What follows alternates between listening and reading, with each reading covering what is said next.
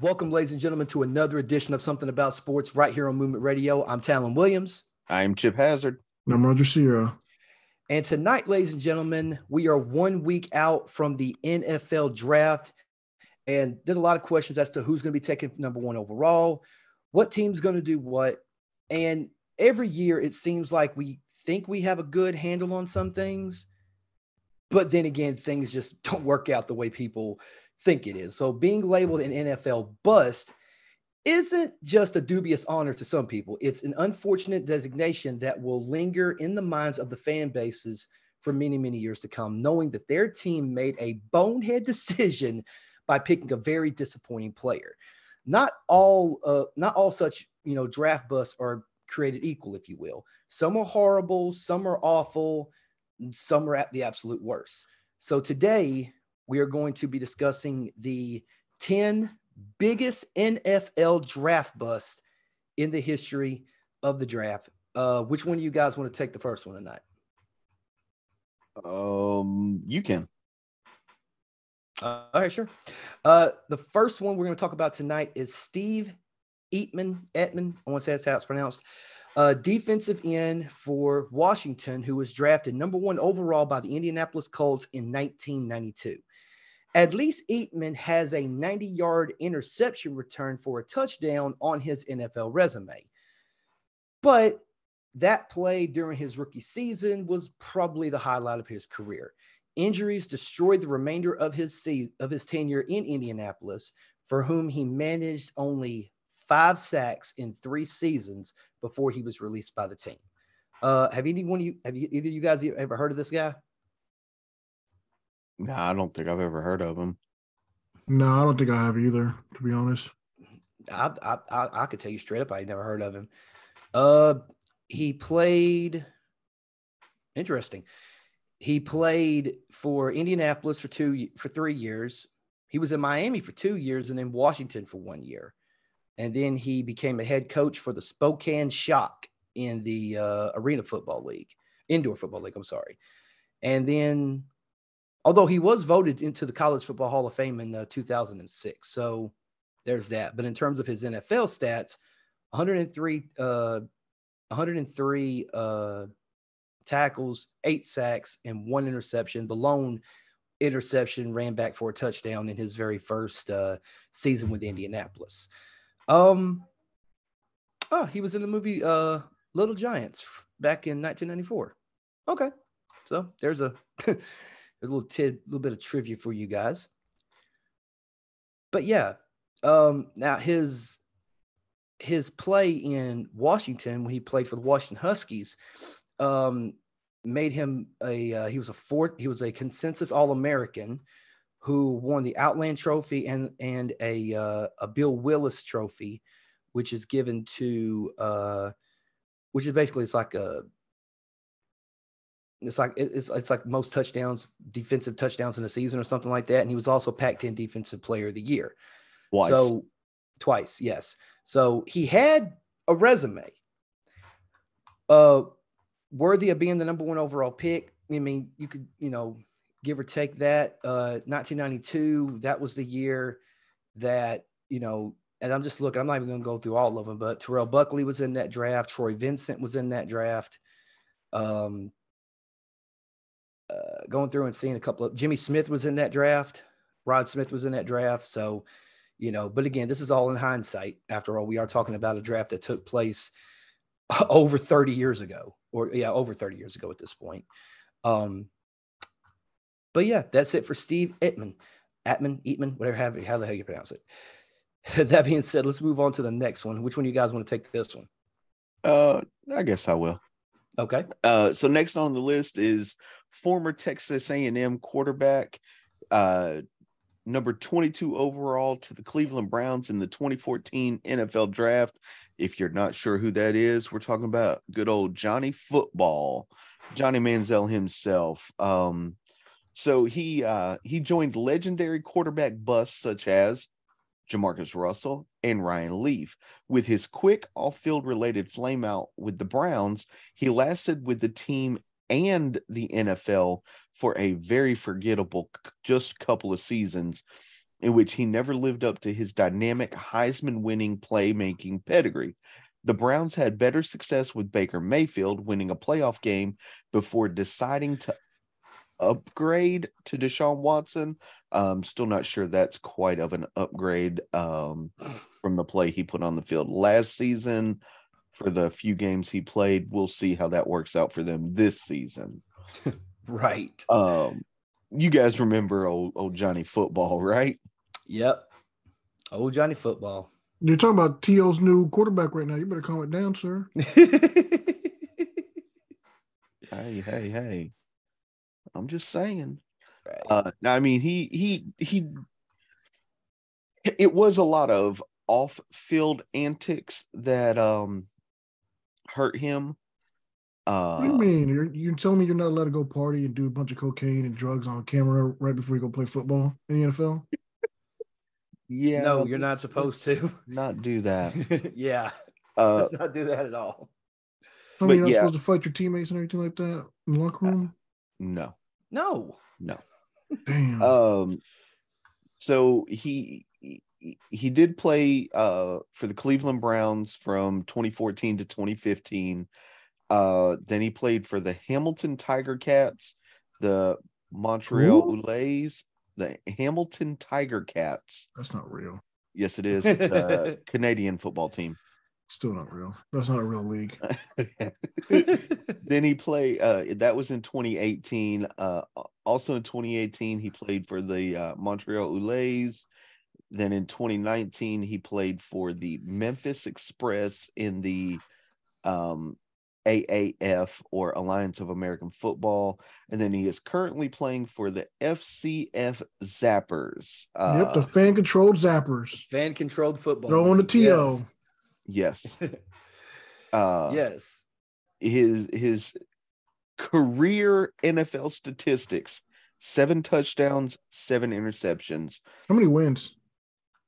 I couldn't even tell you.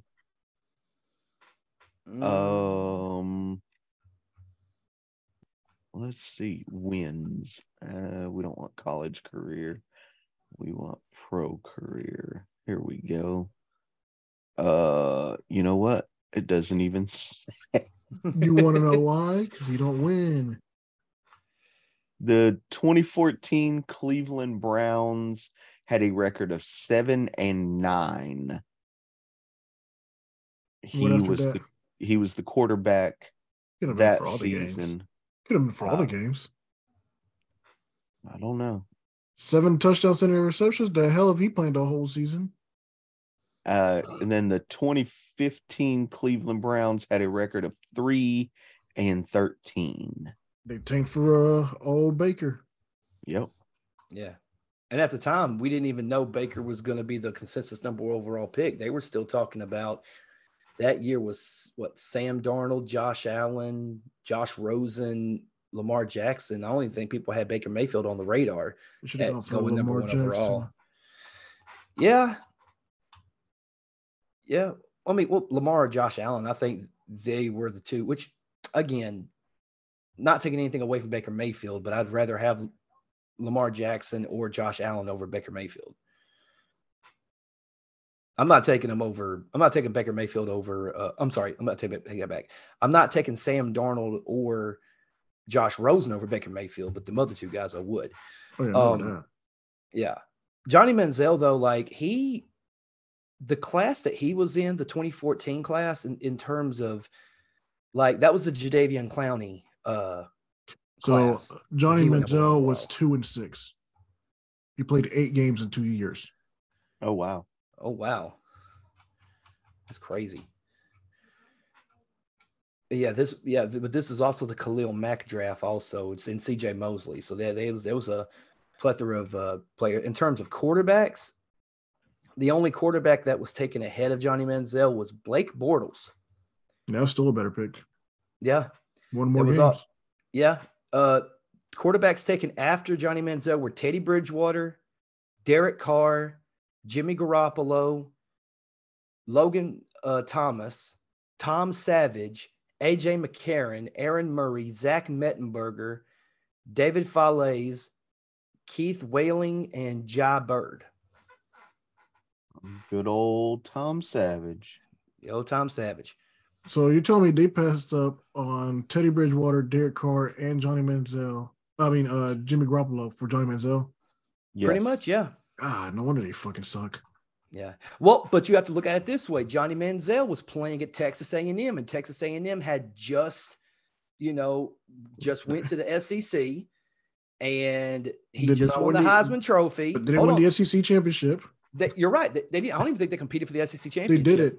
So right. Literally was just him being bodacious. That's all it was. Right. But because I think mainly because Teddy Bridgewater played in the American Conference, Derek Carr played in the Mountain West Conference, and Jimmy G played in the Ohio Valley Conference. Like, who the fuck are these guys from Louisville, Fresno State, and Eastern Illinois?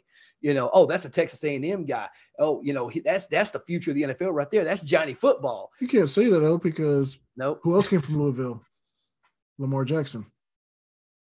I'm not discrediting Louisville, but what I'm saying is that I'm thinking maybe in the mind's eye of the NFL owners, they look at the SEC, regardless of what team in the SEC you play for, they still look at the SEC as the power conference, even though the majority of the SEC players that go to the NFL, half of them fizzle out, and it's not a discredit on them or anything. It's just the way that it is, but SEC, Big 10 and Big 12 teams are always going to have unless you're like a way like big standout star, that, can jump off the screen. You know what I mean? And there's some kids, because like Blake Bortles he played in Central Florida, but everybody else, South Carolina, Auburn, Clemson, Texas A&M, Oklahoma State, Michigan, LSU, the big power teams, So what they probably thought was, oh, Johnny Manziel, he played in the SEC.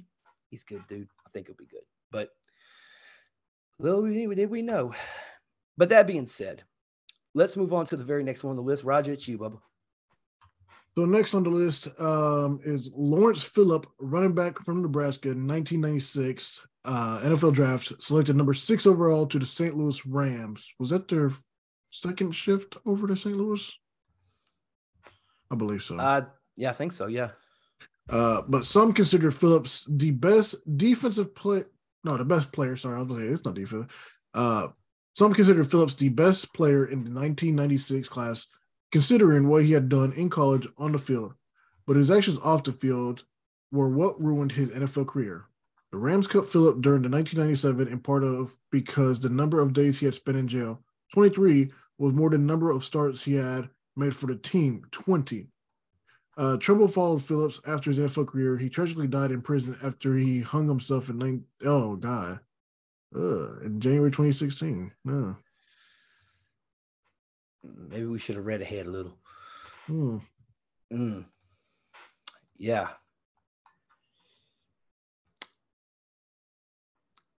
Yeah, he played at, like what you said, Nebraska, and overall, his 3 years as a Cornhusker, he ran 3,102 yards for 33 touchdowns and made 33 catches for 221 yards and a touchdown as well. His career total in the NFL in terms of, I'm sorry, not in the NFL, I apologize. His whole career playing in the NFL, the CFL and all that, as far as professional football goes, 3,982 yards rushing with 42 touchdowns, 105 receptions for 850 yards and a touchdown. And that his only receiving touchdown was in the NFL in the 1996 season when he played for the Rams. Yeah. Says here that on September 1st, he was charged with first-degree murder, and on November 9th of the same year, the prosecution was granted motion to reconsider whether not to seek the death penalty. So it didn't really help much because he decided to do it on his own. Yeah. Autopsy later revealed on January 5th, it was announced to Phillips' family had agreed to donate his brain to science at the University of Boston, where it was discovered that he had chronic traumatic CTE. Yeah, of course he had CTE. He played football. Yeah.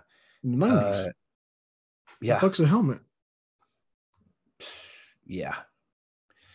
Very, very sad. Very, very sad. So that took a turn for the worse. But that being said, Chip, any thoughts? Glad we dove in there. Got the facts. Yeah. Chip, any response? No. Okay.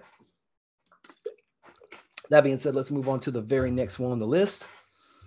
Brian Bosworth, linebacker from Oklahoma, who was picked up in the first round of the supplemental draft in 1987 to the Seattle Seahawks.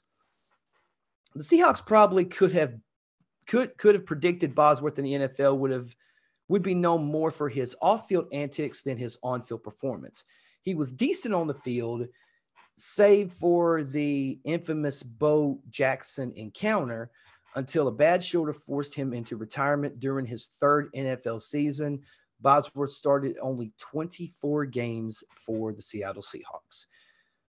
What are y'all's thoughts on Brian Bosworth? Boz, if you will. He ran into Bo. That's the biggest issue. Yeah. Yeah. He was a killer in two sports. Bruh. Yes. But yeah, he was 1987 supplemental draft. I don't even think it lets me click. Why is it not letting me click? Oh, because it's supplemental. That's why it's not. Who was it? Why did you have a supplemental draft? Who was expansion team? What? I don't know who the expansion team was that year. What? No, it wasn't Seattle in 87. No. Here, I'm clicking on it right now. Hold on a second. Was it? Supplemental draft. I don't think so. I mean, I could be wrong, but I don't know. No, 87 is too late. Yeah. Notable undrafteds. Okay, that's a different one. Let me just go back up to the top. That was okay, let's see. The 1987 NFL draft. The most selections was it? No, it wasn't Tampa Bay, because Tampa Bay was playing in the 70s. Panthers and Jaguars. Panthers and Jaguars. That's who it was. In 87? Oh, sorry, I'm looking at the wrong year. Let's see. I was looking at the last expansion. That was the last expansion. Who was the fucking team before that then? I don't care about them adding other fucking teams. No. This was, the 87 draft was Vinny Testaverde being drafted to the Tampa Bay Buccaneers. Yeah, but why was there a supplemental draft in 87? That's what we're wondering. Well, there was also 12 rounds in the draft too. This is what I'm confused about too. The league also held a supplemental draft after the regular draft and before the regular season. Okay, let me click here. Okay, it says in 1977, the NFL had also held a supplemental draft to accommodate players who did not enter the regular draft. Players generally entered the supplemental draft because they missed filing deadlines for the NFL draft or because issues developed which affected their eligibility, such as academic or disciplinary matters. The supplemental draft was scheduled to occur at the same point after the regular draft and before the start of the next season. In 1984, the NFL had an additional draft for players who were under contract to either the USFL or the CFL teams. Okay. So basically, the supplemental draft is for players who basically get their bid in before the actual draft. And then the supplemental draft, I guess, is for them to, I guess, but I mean, people still sign undrafted players, but oh, that's weird, because as I'm looking at the first round, Seattle had a supplemental draft, and it wasn't until the third round where the Bucs had a supplemental draft. But if that's the case, then this is what's confusing to me. Why is it the first? Okay, I don't know. Because Chris Carter was drafted in the 87 supplemental draft. Oh, That's wow. crazy. He Yeah. was the number one pick in the supplemental draft. But back to Bosworth real quick. Yeah. So at the time, he signed with the Seahawks, a team that sent him a letter of disinterest. He then turned around and signed the biggest contract in Seahawks team history up to that point, and the biggest rookie NFL contract in history up to that point. 10 years, $11 million. He played 2 years and had to retire because he was a 25-year-old with the shoulders of a 60-year-old. Cocaine Damn. do that to you. Yeah. Well, you also. What'd you say, Roger? He said cocaine will do that to you. Was he on cocaine? It's 1987. Everybody was on cocaine. Do you not see that motherfucker? What you mean? Was he on cocaine? He did. He was barred from playing in the Orange Bowl following his junior year in college because he tested positive for steroids. That was the only thing he was doing. Yeah. Hell, Lawrence Taylor broke Joe Theismann's leg on cocaine. So, I mean, no pre-workout. Bullshit. It was cocaine. No, pre-workout. It was pre-cocaine. It's the cocaine before the cocaine. That's right. Cocaina. Anyway. All right. So moving on to the next one. We're going to talk about Michigan State wide receiver. He was drafted number 2 overall to the Detroit Lions in 2003. We're talking about Charles Rogers. So Charles Rogers had 2 monster seasons at Michigan State, which made him seem like a money pick for the Lions at the time. Then his rookie season was derailed by injuries. Then in 2005, a violation of the NFL's drug policy got him suspended. Okay. And when the Lions dumped Rodgers in 2006, nobody else wanted him. The former college star managed just 36 starts and 4 touchdowns during his 3 years in Detroit. Sadly, Rodgers also died way too young at the age of 38 in 2019 after he was diagnosed with cancer, presumably from what Roger would say would be cocaine. No, I don't know about that. I don't know of many coke addicts that be getting cancer. I don't either. I think the cocaine kills the cancer.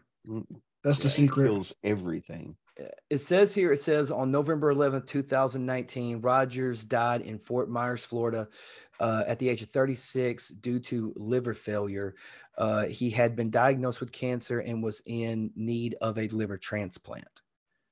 And they don't give transplants to former drug addicts, unfortunately, or alcoholics. It says addicts in general, I guess. Yeah. Well, it says following the injuries he suffered during the early part of his career in Detroit, Rogers developed an addiction to the prescription painkiller opioid Vicodin.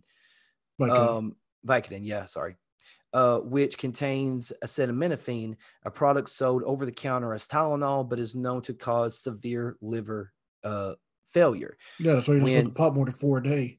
When taken in the dosages that were alleged given to him by Lions team physicians. Yeah, that's why they say don't do more than 4 a day because you'll kill yourself. Yeah.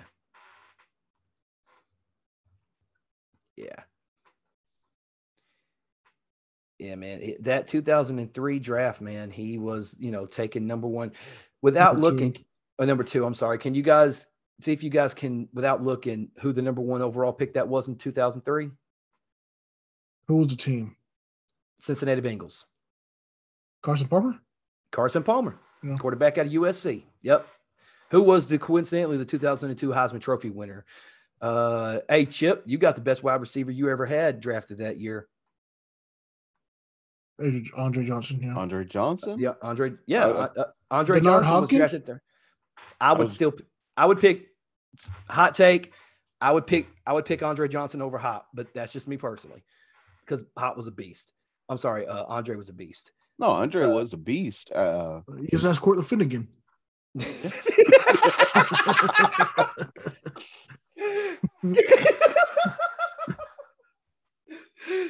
That fight lives rent free in my head all the time.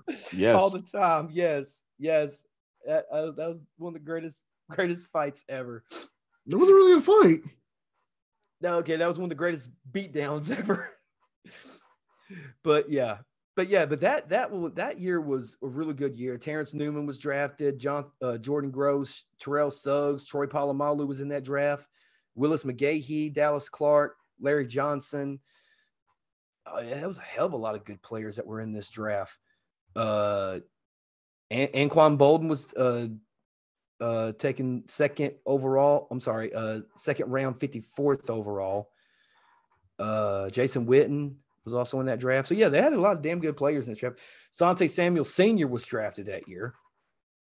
I feel like I have to say Asante Samuel Sr. because Asante Samuel Jr. is now playing. God, I'm fucking old. Anyway. But overall, how did you guys feel about Charles Rogers overall? I mean, he's a bust for a reason. I mean, it's sad that he died in the vein that he died, but I mean, unless you were a specific fan of him, he's pretty forgettable. Yeah. As a player, I mean, probably going to get shit on because of that take, but no, but who?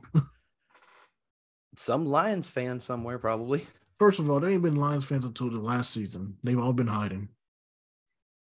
Right? I don't know. There's some Megatron fans out there. Well, Megatron fans, not necessarily Lions fans, but Megatron fans. But all right. But that being said, let's move on to the very next one on the list. Is it you? Who is it? Is it me? Okay, cool. Actually, I just joked. I don't know. No, all right. No, it'd be me. It's you. Yeah, it's you. Hell, I don't fucking know. Next on the list, looks like a created character in Madden 97. You pronounce this dude's last name. Tony Mandarich? Mandarich. That doesn't sound right, but who cares? Offensive tackle for Michigan State. 1989 draft, pick number 2 by the Green Bay Packers.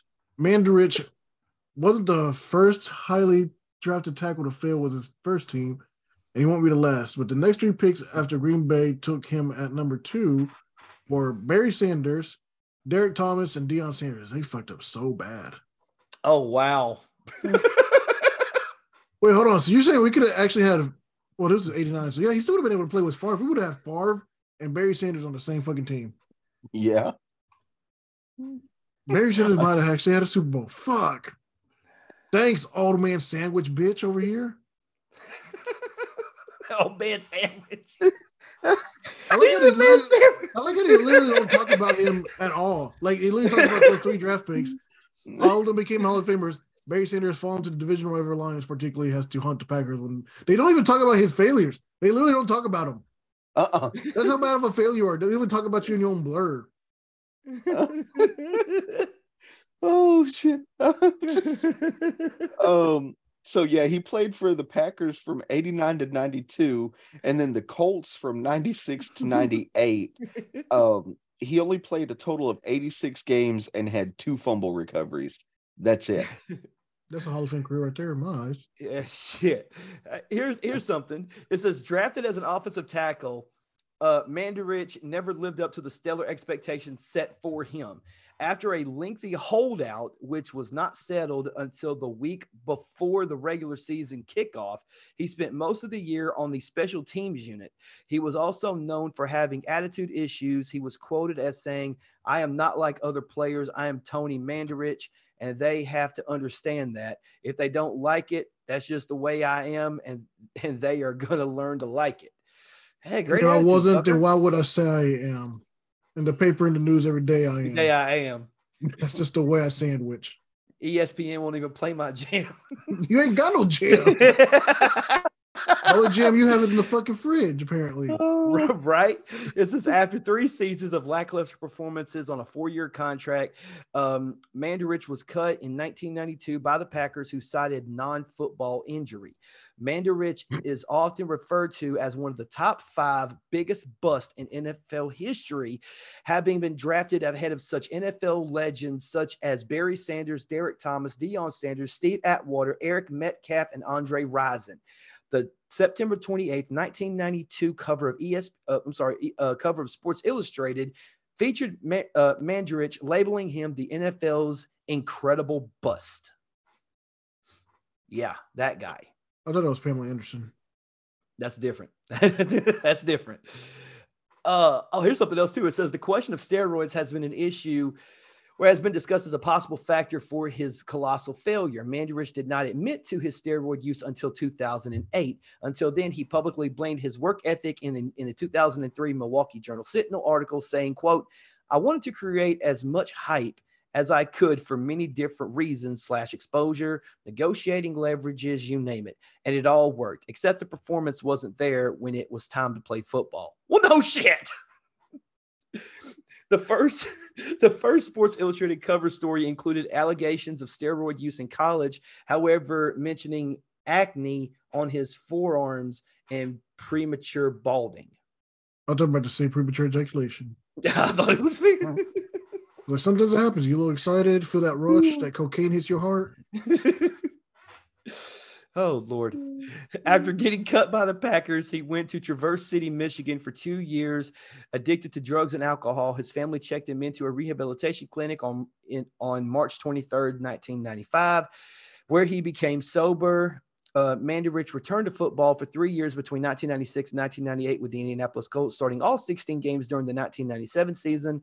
He retired from football in 1998 due to a shoulder injury. So there you go.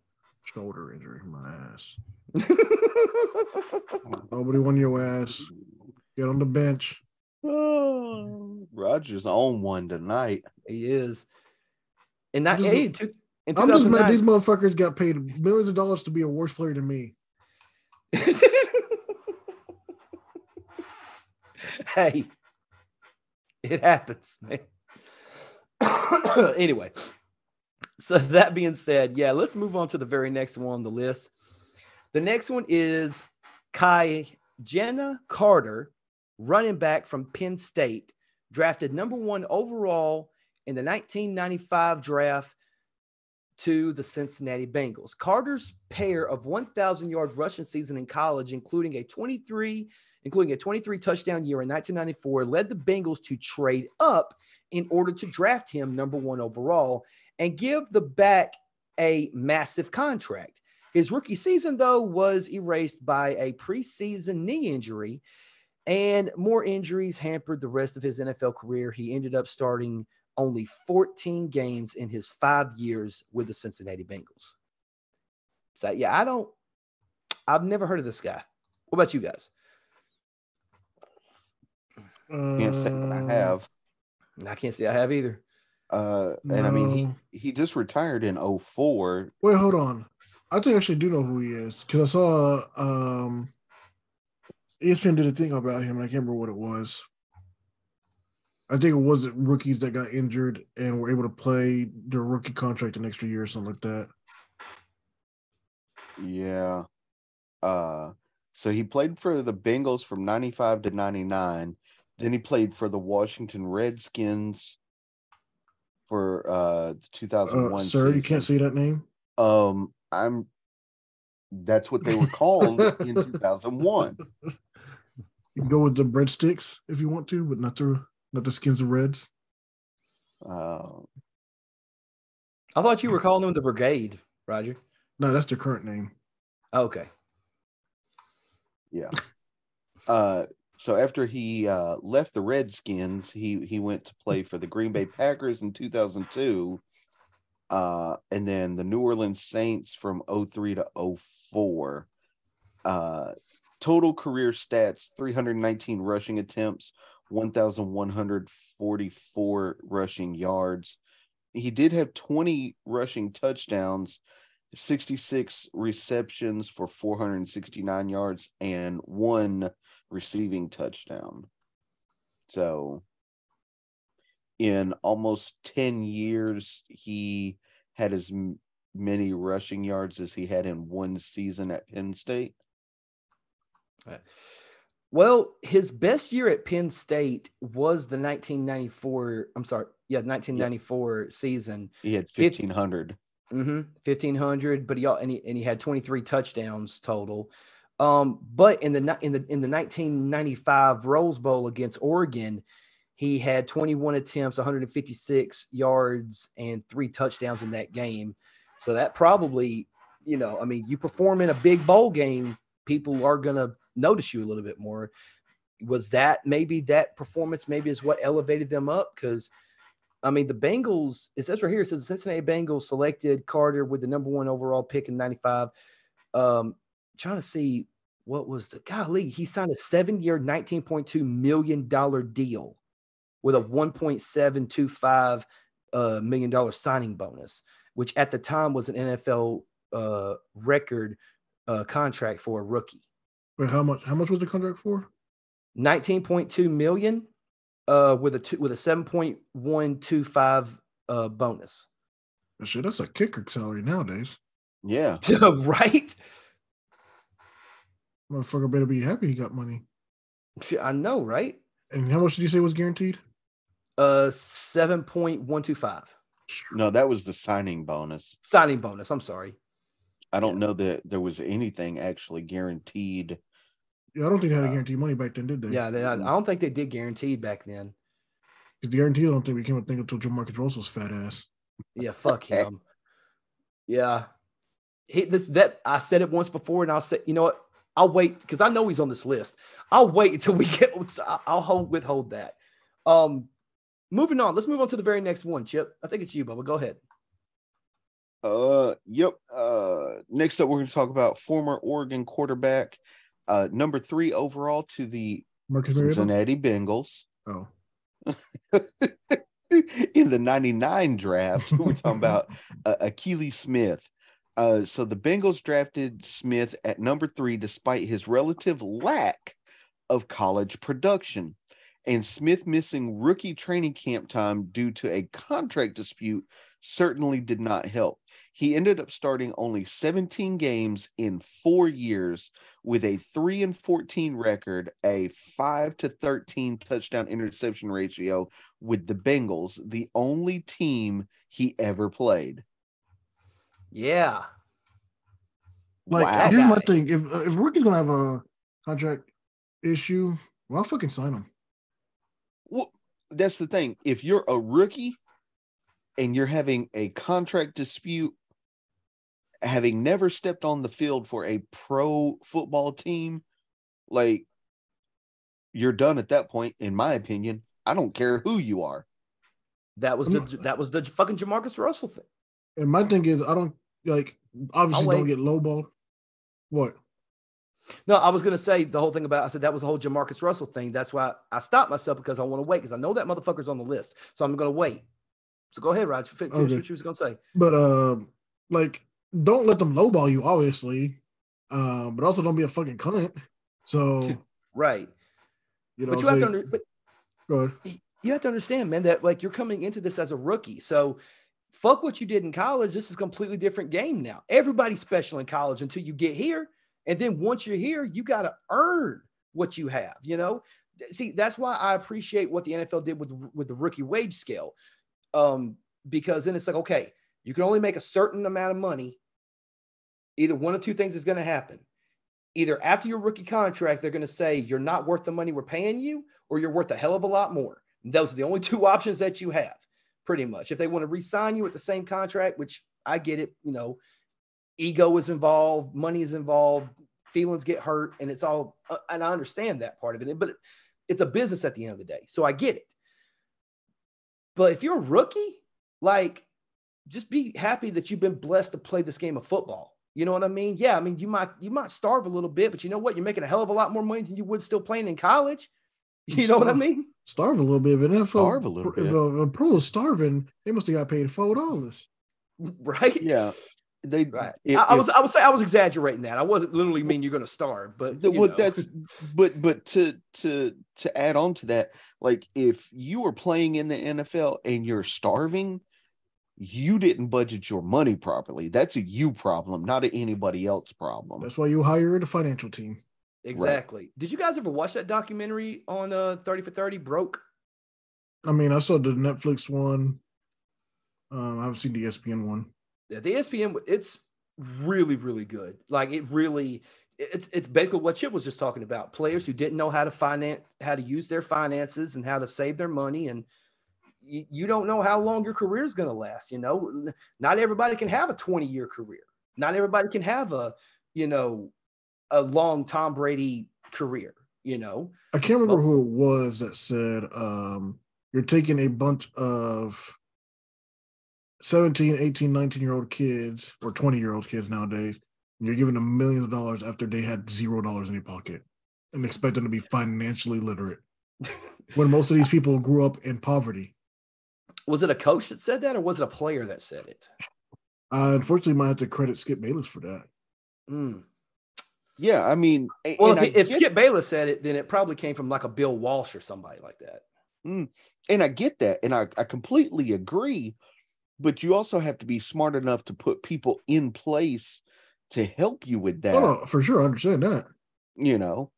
That's why I think it was, who was it? Was it Harbaugh at Michigan that requires his players to take financial literacy classes? Yeah.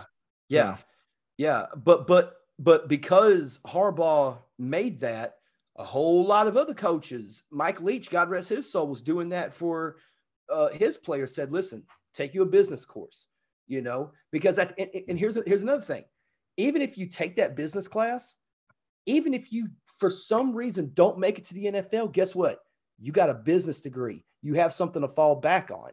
You know what I mean? So it's not only setting yourself up for a possible future in the NFL to play football for the rest of your life, but it's a possibility of getting yourself a business degree. Therefore, you can pursue other things outside of football if you're not blessed enough to play in the NFL.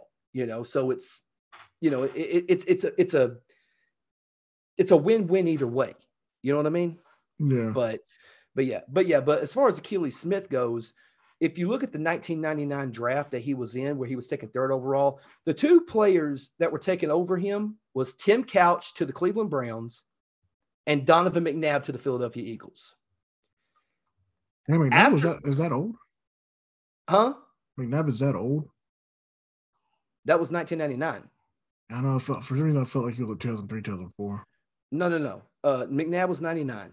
But after Achilles Smith, Adrian James, Ricky Williams, Torrey Holt. No, Ricky. I love Ricky, man.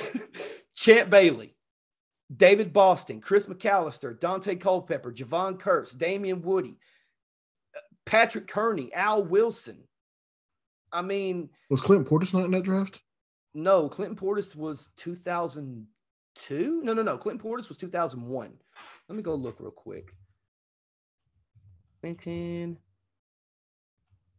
Portis was 2002. Okay. Yeah. Damn, he didn't go into the 2nd round though. Yeah, I know. Yeah, I could have swore he was a 1st rounder. He was also drafted by my team. Yep. He was drafted to the Broncos. Yep, and we traded him to Washington for Champ Bailey. Mm-hmm. Y'all definitely won that trade. I mean, Clinton Portis is no slouch though. He wasn't no slouch though. I mean, he was a killer in Miami, man. We just got ourselves a better defensive player out of it that we really needed. Right. That was the expansion year. That was the Houston Texans expansion year. In 2002, y'all took David Carr number 1 overall that year. Yeah. The better Carr brother, right? I won't say I can't say. We shall see. No, I can't say the better Carr. It's a joke. Brother. But I do think had he went to a different team that was more established, I think his career would have been a little better than what it was. Yeah. I mean, the only other quarterback that was selected in the first round of that. Oh, no, I'm sorry. There was two other quarterbacks that were selected. The last quarterback in the first round, which was Patrick Ramsey, but the third overall pick to the Lions was Joey Harrington. So that was that one.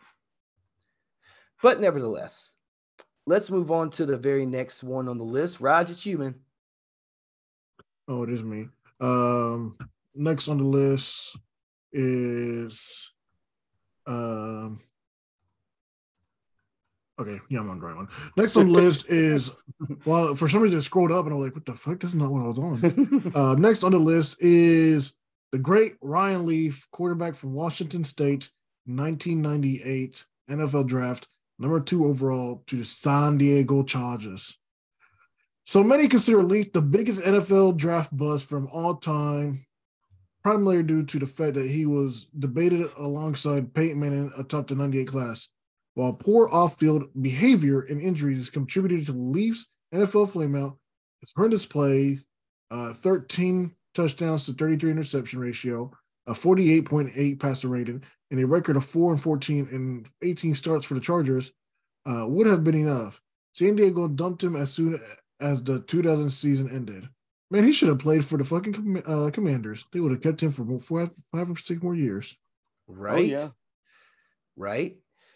Yeah, San Diego from 98 to 2000, Tampa Bay 2001, Dallas 2001, and he was on the practice squad of Seattle in 2002. After he was cut, people still picked his ass up? Yes. Mm-hmm. What the fuck is wrong with people? Why are they so stupid? Well, Hey. so the Bucks picked him up with the intent of letting him develop slowly, but his wrist had still not healed, and doctors recommended surgery, so they cut him because he wouldn't accept a demotion to 4th string quarterback.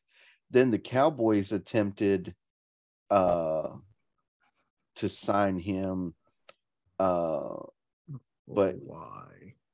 He only played 4 games for the Cowboys, all losses, and the 4-game total, he threw 494 yards with only 1 touchdown and 3 interceptions. That 2000 go ahead, Chip. Sorry. But he still got another chance with the Seattle Seahawks. This practice squad now.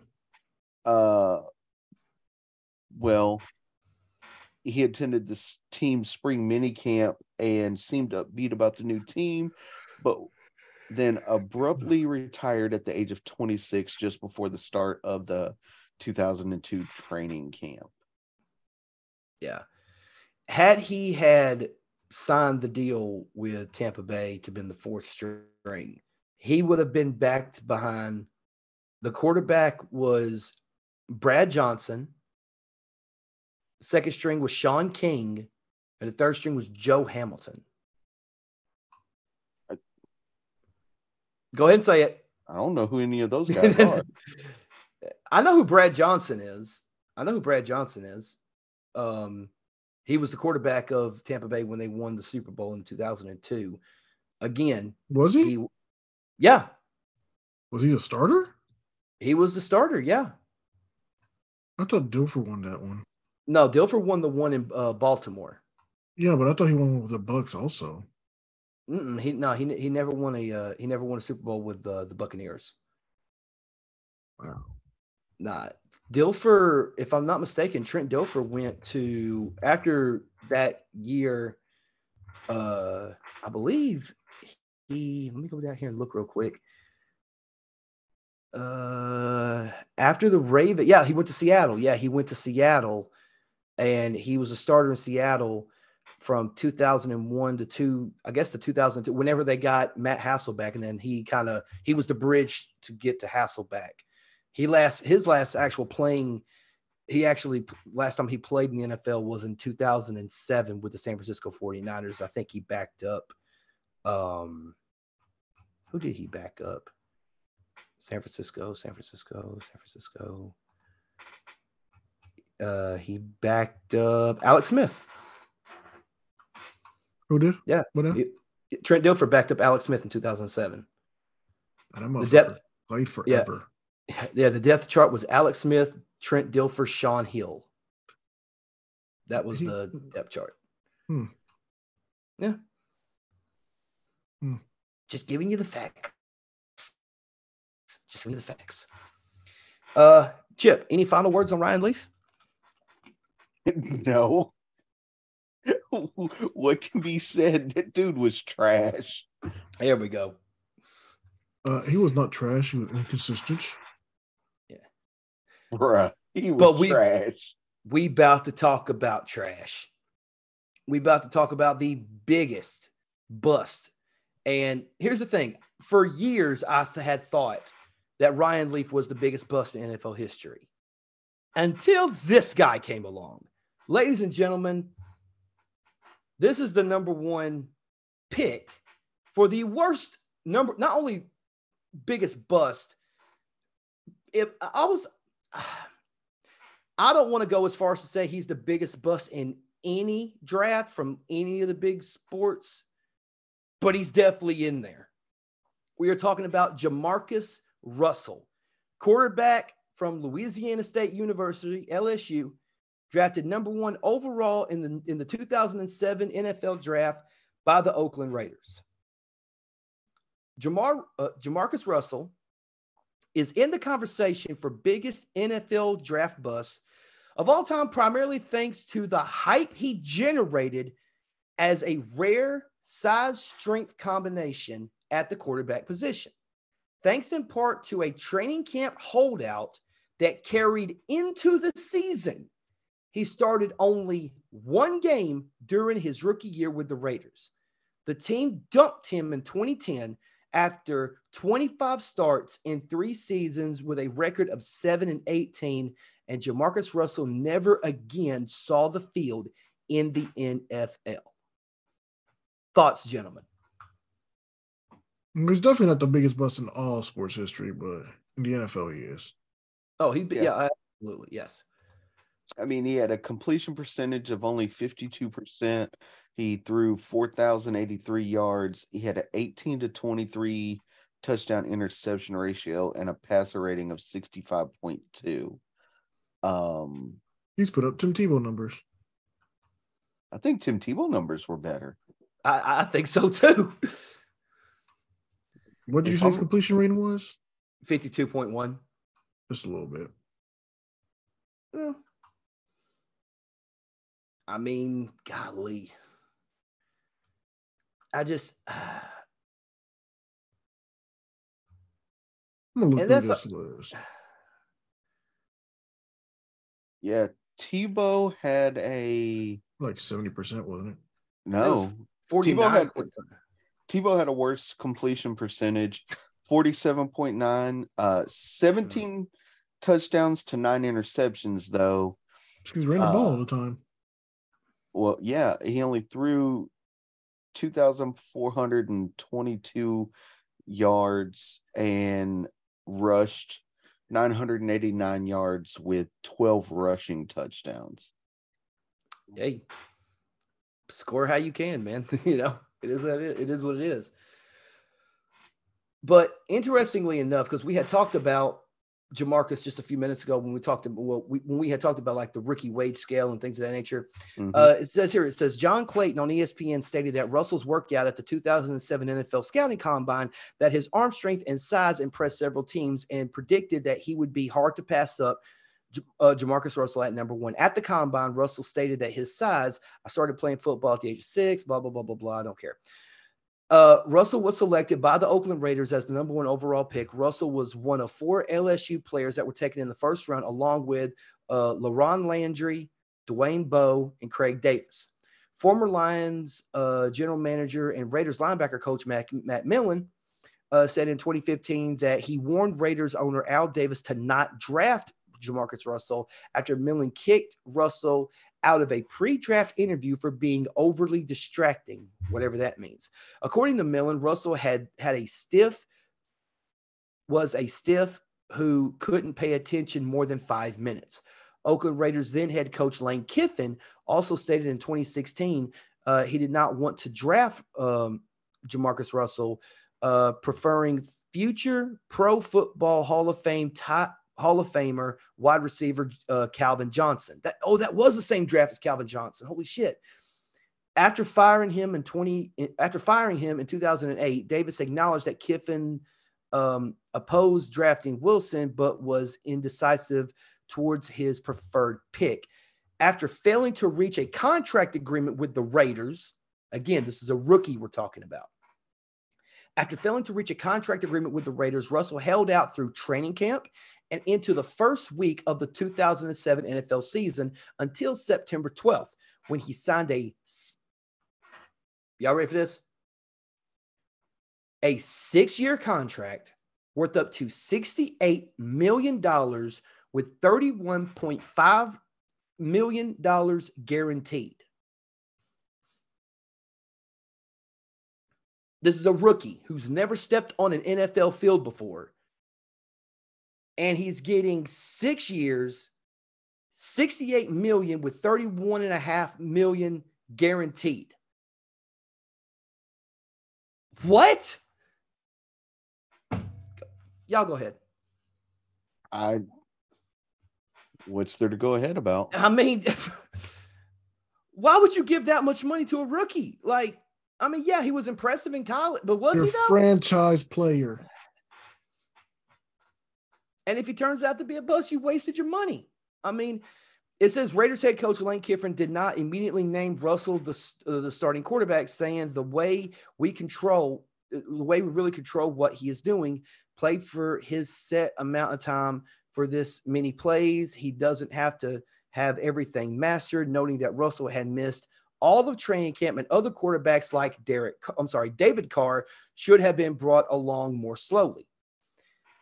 Says he made his first professional appearance against the Denver Broncos on December 2nd of 2007. Coming into the second quarter in relief of the starter Josh McCown, Russell played 2 series and completed 4-7 passes and only threw for 56 yards. He started against the Jacksonville Jaguars and threw his first career touchdown to Zach Miller, and finished the last 7 games with 23 pass attempts for 83 yards and 1 touchdown, 3 interceptions, and a lost fumble. So there you go. Showed you how his first year in the NFL, that was a great investment on your money, right? Yeah. Well, that's the gamble with the draft. Which, I mean, look at you guys in Tua right now. Yeah, but we didn't pay him an outrageous amount of money. Because you aren't allowed to. What's the rookie wage scale, man? I mean, all right, I'll ask you guys this question. Was the rookie wage scale a good idea for the NFL? Yes. Yes. Absolutely. Which I think this is the primary reason why it was instituted. Because, again, $31.5 million guaranteed. And, bruh, you should be in prison for theft. You robbed Al Davis of his money by being just terrible. I mean, very lackadaisical. That's not the first Raider to take a bunch of money from him that ended up sucking ass, though. You got a point. Romanowski comes to mind. Romanowski was not a bust, though. No, he was great in Denver, but when he got to Oakland, he wasn't a killer. He wasn't. Because of drugs. Because of drugs. That man was coked out of his mind. Him and LT back to back.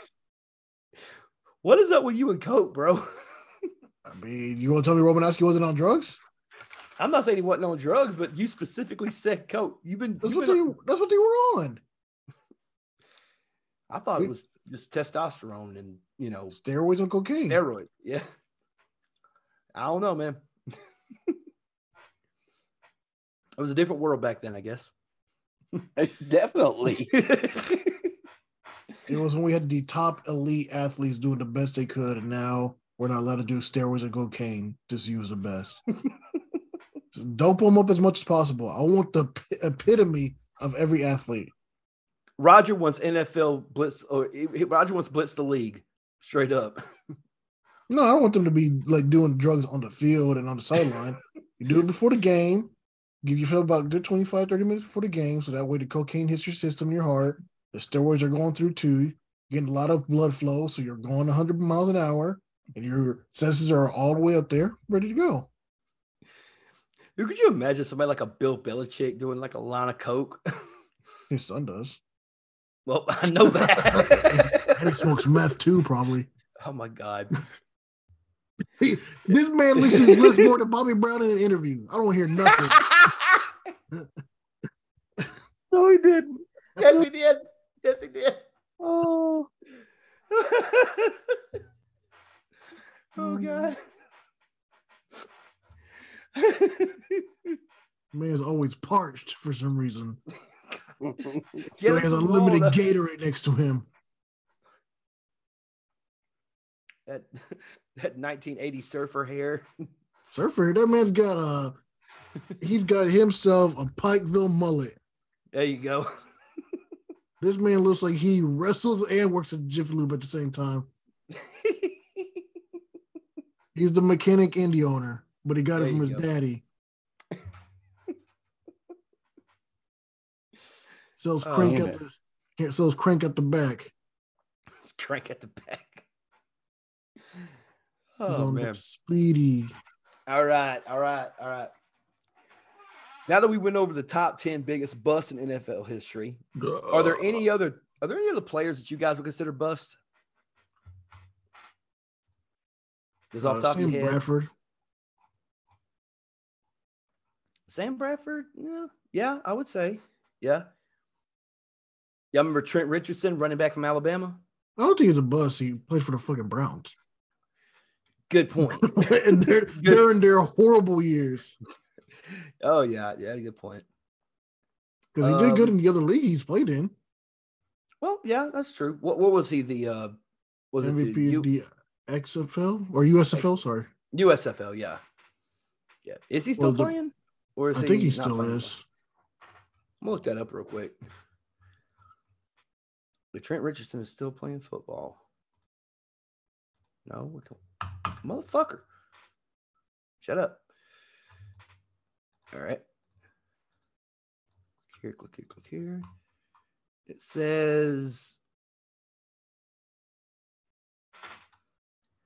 he's playing for Caudillos de. I'm just going to send this to you. Hang on. I can just look it up online. Yeah.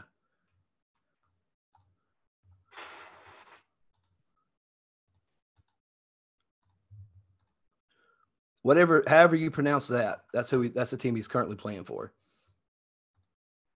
the Chihuahuas? The Chihuahuas? Yeah. Yeah. Chihuahuas. Playing for a team called the Chihuahuas. I didn't even know Mexico had their own football league.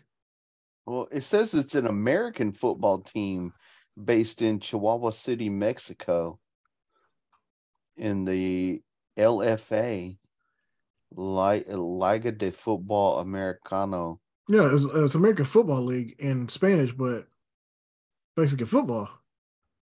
Yeah, I didn't know they had. Shoot. This man ran a 4.45, and they still didn't think he was good. It's Chihuahua City, Saltillo, Monterrey, Tijuana, Querétaro City, Ciudad Juárez. Just give up while you're ahead. I'm trying. I'm trying. Just give up while you're ahead. Okay. Hell, I gotta learn Spanish anyway. Why? It's America. Yeah, but I gotta communicate with my coworkers.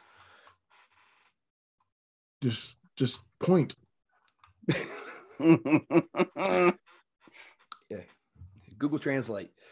Point. That being said, you over there, you over there, you. That's all you gotta do. I love that they have two teams,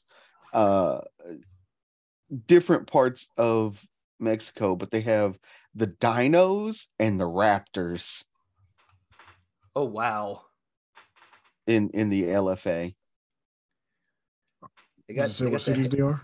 They got the Jefes. The Dinos are in Saltillo, and the Raptors are in Naucalpan.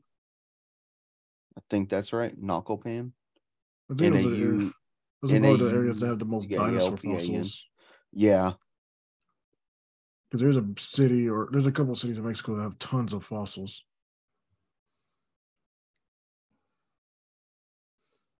I just never remember what they are.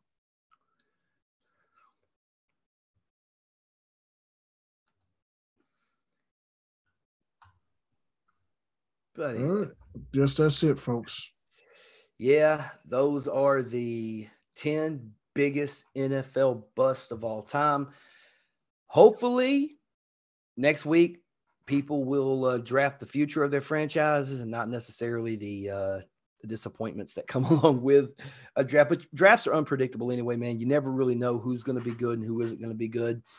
I mean, let's be honest. Who among us thought Brock Purdy, who was Mr. Irrelevant, was going to end up being what he became? You know what I mean? And even if it is just he may be a one-season wonder, but who knows? We'll see what happens. That being said, ladies and gentlemen, thank you so much for tuning into this episode of Something About Sports Tonight. Can we call Mitch Trubisky a bust yet? Yeah, I would. Since he was drafted above everybody that was better than him and traded up for. I mean, That was who was taking number 1 overall that year? Myles Garrett?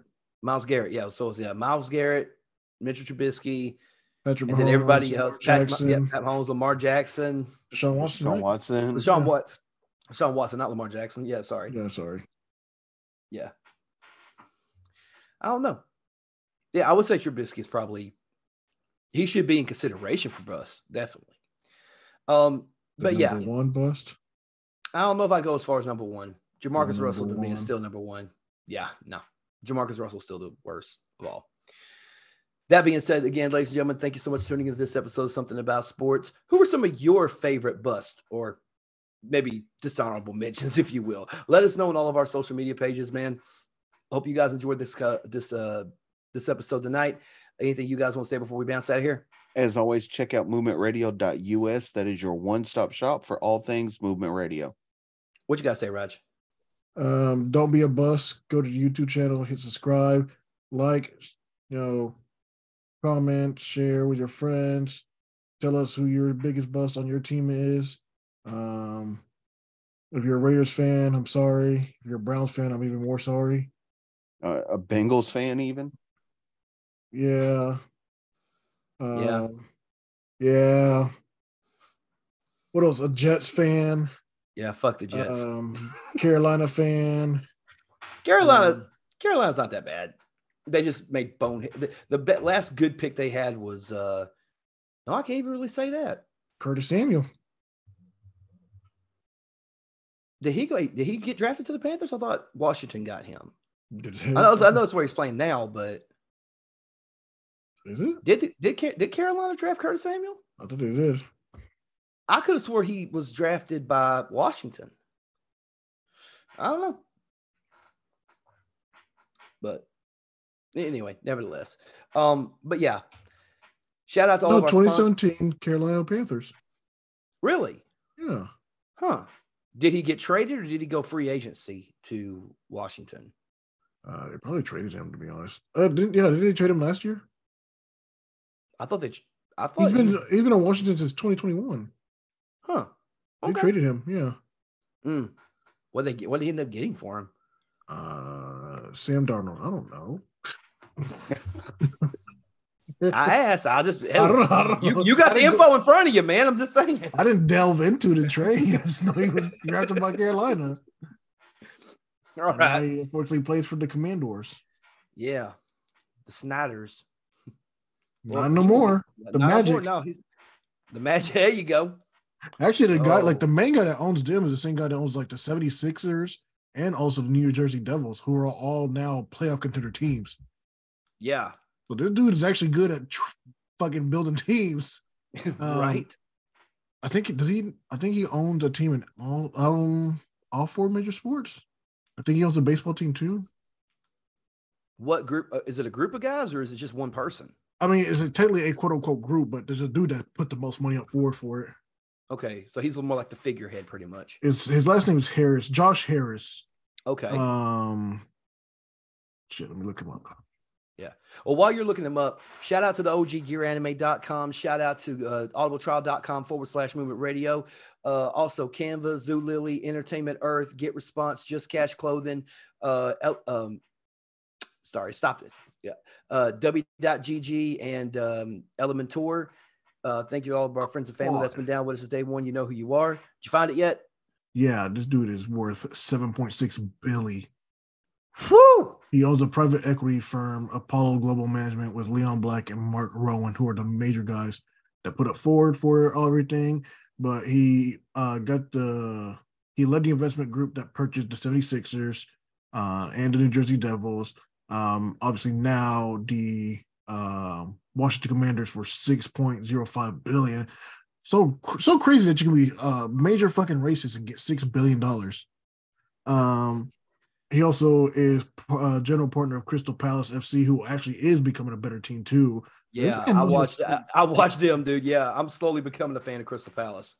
I'm sorry. Well, hell, I had to pick a team when I started watching EPL, so I just found one. You know, no, it's fine. Crystal Palace, that sounds cool. Why not? They got a cool design. They're pretty cool. I like them. Yeah.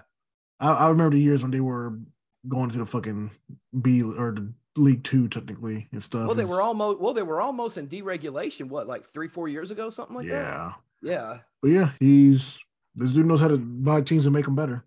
Did you ever find did you say he had a baseball team available? He doesn't have a baseball team. It's just doesn't right now he's got 3 out of the 4. I wonder who he's going to pick up as the 4th one. Who's going to be his baseball team? Who needs desperate help? Golly, there's a couple. Washington, Colorado. The Nationals won the World Series a couple years ago, didn't they? Who? Nationals? Yes. Yeah, they beat the Astros that year. Yeah, let's say it's not been too. Oh far. Yeah, so it's 2018. It's been about 5 years, right? Something like that, right? Because it was pre-pandemic. Yeah, it was right after you got rid of Harper. Yeah.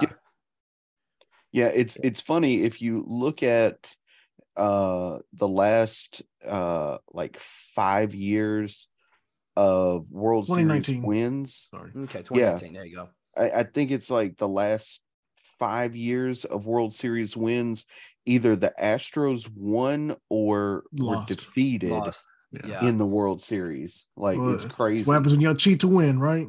Here we go. Bang that trash can, man. Bang that trash can. It's ironic everybody says that, and they had a better away record than they did a home record. You would think that cheating would get you a better home record. No, because you studied the away team's style more.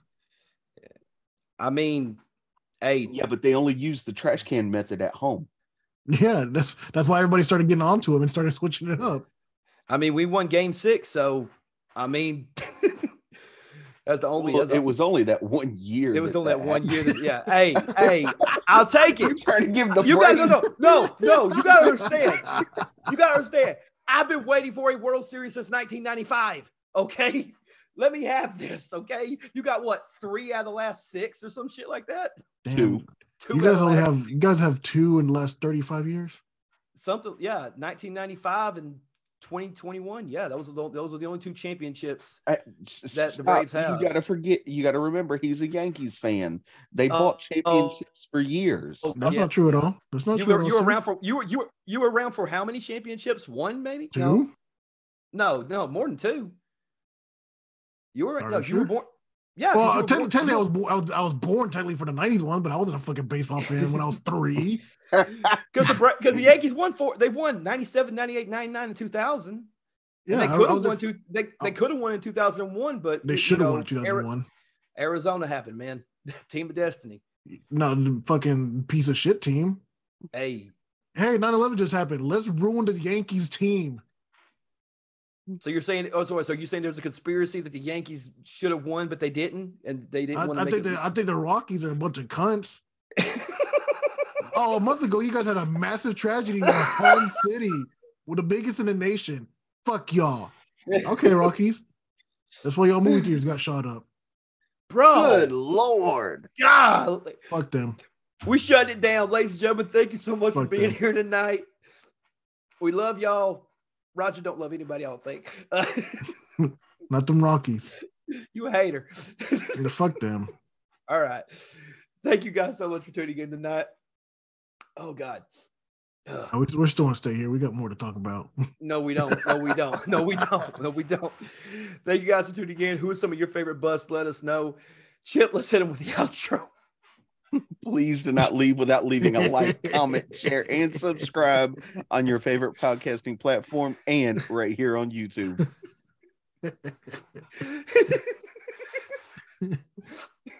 Go ahead. Shut up. Shut up. Make sure you follow us on all of our social media, Facebook, Twitter, Instagram, and TikTok. Check out the YouTube channel right here. Subscribe, click that bell to get notified of our latest videos. Streamlabs.com/movement radio/merch. Go copy some merch. And once again, movementradio.us, your one-stop shop for all things Movement Radio. I am Chip Hazard. I'm Talon Williams. And fuck the Rockies. And this is Movement Radio. God's playing.